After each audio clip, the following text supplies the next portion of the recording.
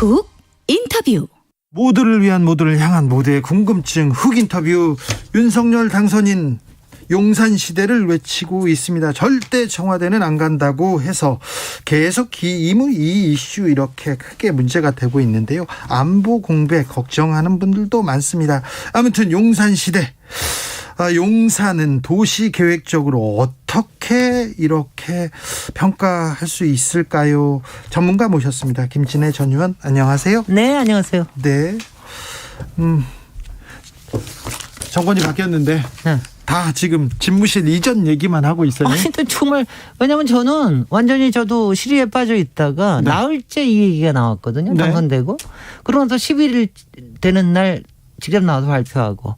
다시 막 전의가 불타올라서 네. 굉장히 빨리 회복을 했습니다. 아, 그래요? 네네. 아니, 왜냐하면은 너무나 비상식적인 사안이 몰상식한 방식으로 진행이 되니까 이건 뭐냐면은 용산 청와대 집무실 이전은 얘기될 수 있는 겁니다. 네. 그런데 이게 광화문 시대라고 하는 것 때문에 나왔던 거 아니에요. 그렇죠. 광화문으로 가겠다고 그러면 했죠. 이거는 가짜 공약이었던 거 아닙니까? 나흘 만에 공약을 뒤바꿨어요.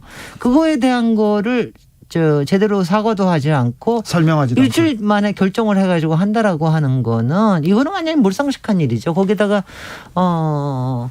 국방부를 쫓아내고 안보 공백을 만들면서 더군다나 2달 만에 이거를 하겠다. 이런 졸속은 아무리 봐도 할 수가 없는 거고 그거를 전임 지금 퇴임하는 대통령한테 모든 걸 책임을 씌우려고 해서 이걸 해달라. 그래서 제가 그런 얘기까지 아니 본인이 왕자 쓰고 나오더니 왕세자냐. 선왕이 이거 다 풀어주고 나가야지 자기가 왕이 될 수 있다고 그러는 거냐. 이거는 굉장히 초법적인 제왕적인 방식으로 이게 진행이 되는 게 굉장히 석연치 않습니다. 왜 이런 걸 할까? 왜 이걸 할까? 왜 그런지는 조금 설명이 필요한 것 같습니다. 아직 납득하지 못하는 국민들이 많습니다. 네. 그런데요, 공간이 의식을 지배한다, 이 말은 전문가가 보기로는 어떻습니까? 그러니까 굉장히 뭐라 그럴까? 이미 지배를 당한 자의 말이죠. 제가 이거는 윈스턴 처칠이 네. 예전에 한 말이 있어요. 네. 그게 뭐냐면 우리는 건물을 만들고 건물은 다시 우리를 만든다.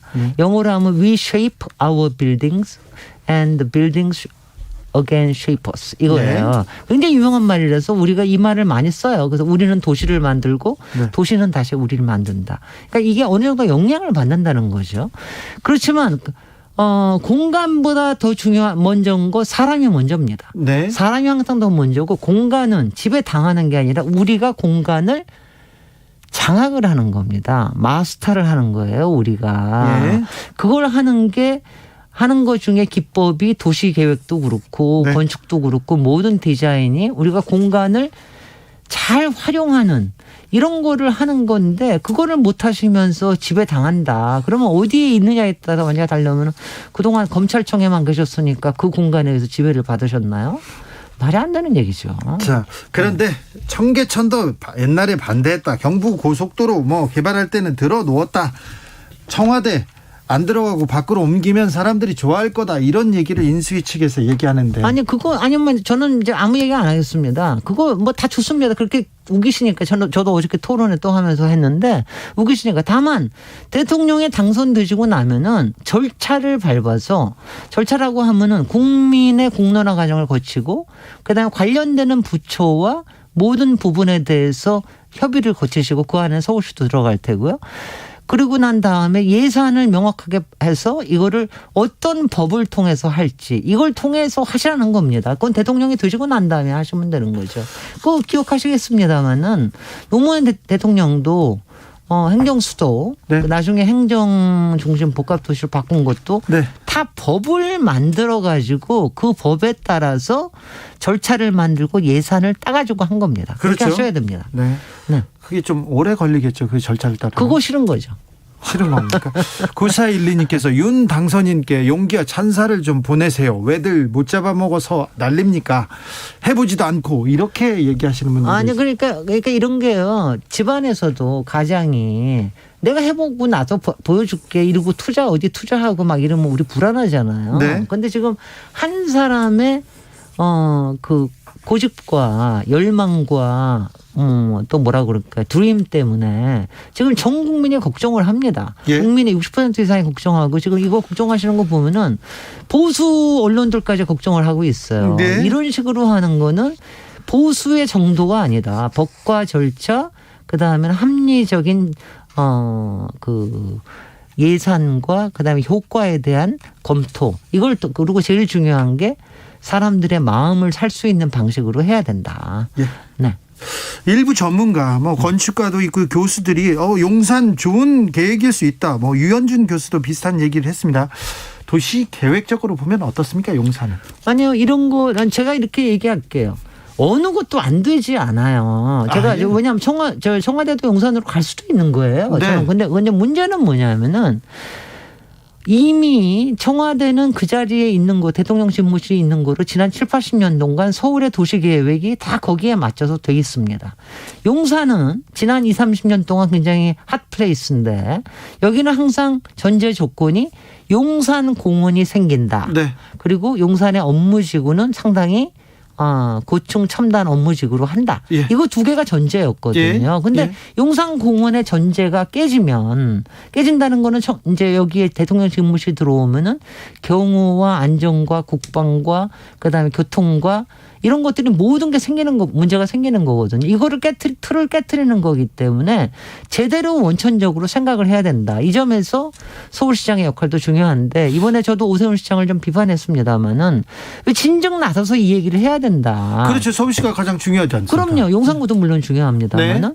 그런데 기껏해서 이것도 발표하시고 난 다음에 예. 그날 와서 한 30분 만나고 가면 이게 말이 됩니까? 그러면 오세훈 시장이 지금 열심히 주장하는 것도 앞으로 서울의 모빌리티 혁명이 그 드론으로 이루어져서 이른바 에어권 그러니까 지상권이죠. 이 에어에서 일어나는 이런 항공이 굉장히 중요한 게 되는데 용산이라면 또 이제 거기는 이제 뭐가 비행체는 못 가지 않습니까? 그렇게 되면 비행체가 그러니까 모든 게 다 못 간다고 그럴 수는 없지만 네. 위험이 커지기 때문에 그거에 대한 거를 새롭게 규칙을 다 만들어야 되는 거죠. 그렇죠. 네. 네.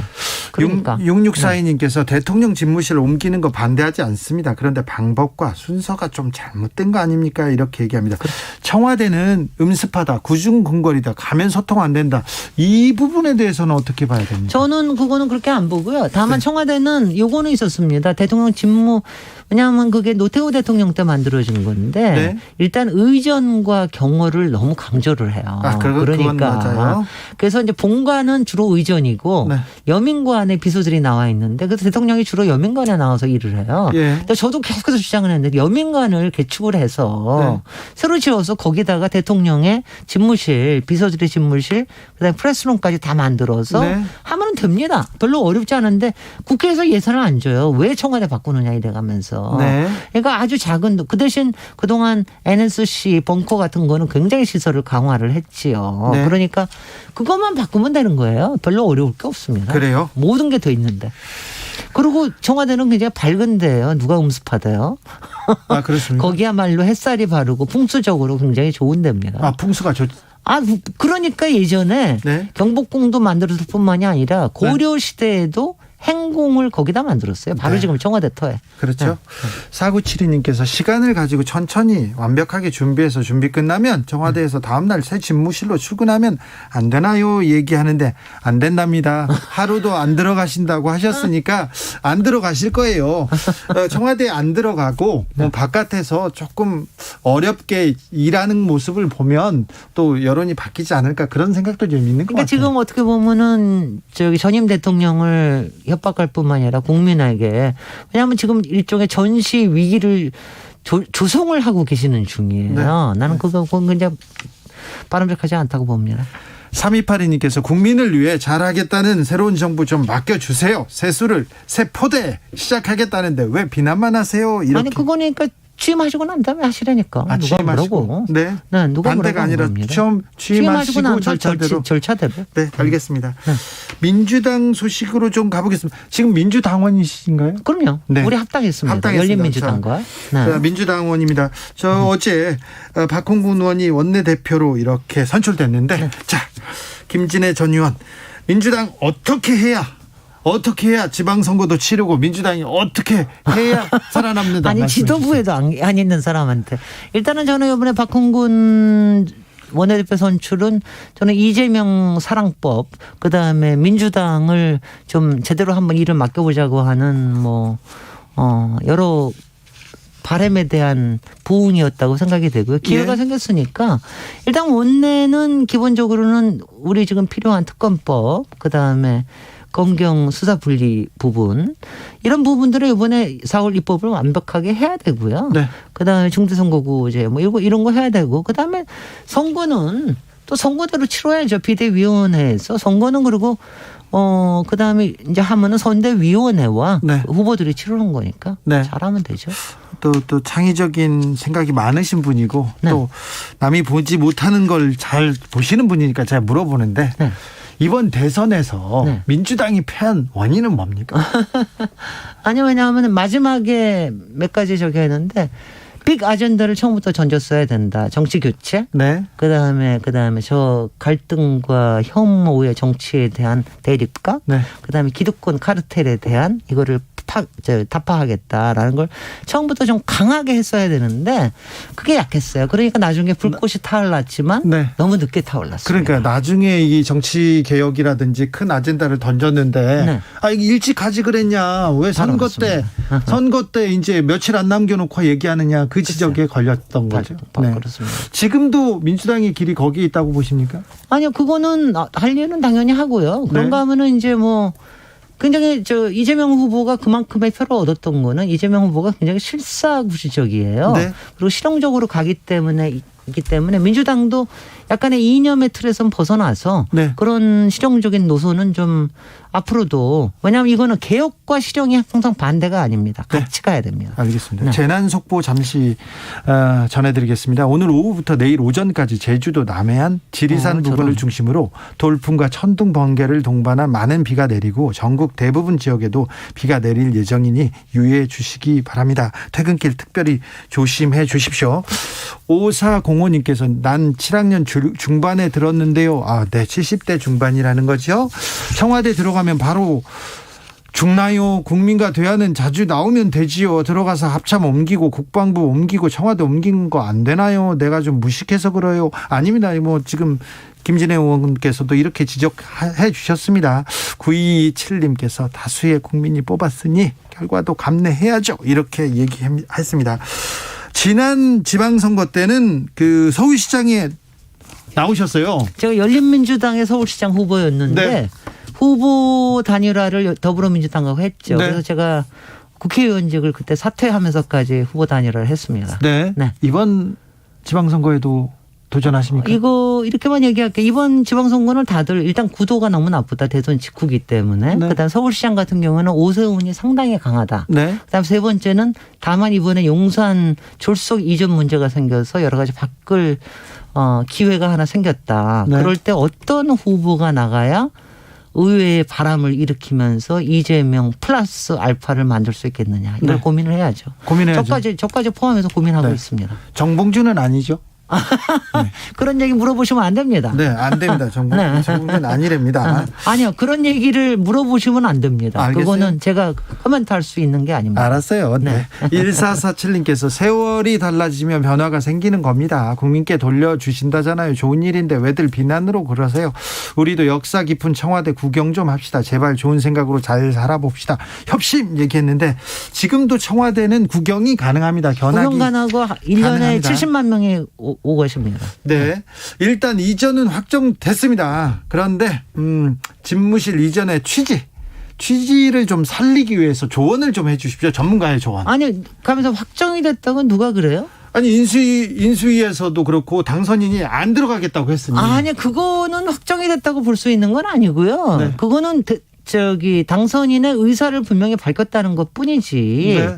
그러니까 이거는 아직도 예산도 없고 그다음에 국방부 이전하게다가 대통령 명령도 없는 거고 확정됐다고 볼 수가 없는 겁니다. 그래요? 네네. 네. 아무튼 안 들어가겠다고 하면 네. 어찌 하시라 이렇게 좀 조언을 해주세요. 그거 인수위가 왜 있어요?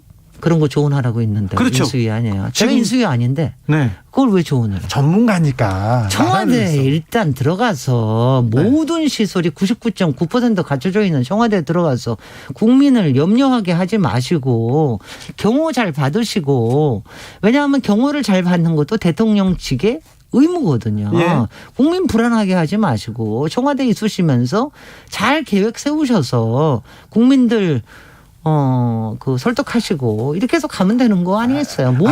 아니 여기에 다른 얘기가 뭐가 있습니까? 아, 그러니까요. 그런데 안 들어간대잖아요. 절대 청와대는 안 된다지 않았습니까? 아니 글쎄 그러면은 그거를 도대체 도대체 어떻게 해야 될지 그거는 모르겠어요. 미스테리야. 그렇습니까? 네. 그 김진애도 전혀 생각이 안 듭니다. 아니 왜냐하면 저도 네. 뭐 설계하거나 저기 할 때 여러 클라이언트가 굉장히 여러 가지 자기 나름대로의 편견이 계신 분들이 있어요. 네. 근데 이거는 대통령은 그런 편견을 가지시면 안 됩니다. 어떤 고정관념을 가지시고 하면은 그러니까 여러 가지 얘기가 나오면 그걸 들으시고 그 안에서 합리적인 방법으로 선택을 하셔야지 네. 본인이 먼저 갈 방향 정하고 가시면 곤란합니다. 그렇습니까? 네. 아, 네. 좀 들었으면 이 얘기들 좀 들으셨으면 좋겠습니다. 좀 부탁드리겠습니다. 지금까지 김진애 전 의원이었습니다. 감사합니다. 네, 고맙습니다. 교통정보센터 다녀올까요? 오수미 씨. 네, 시각 교통정보입니다.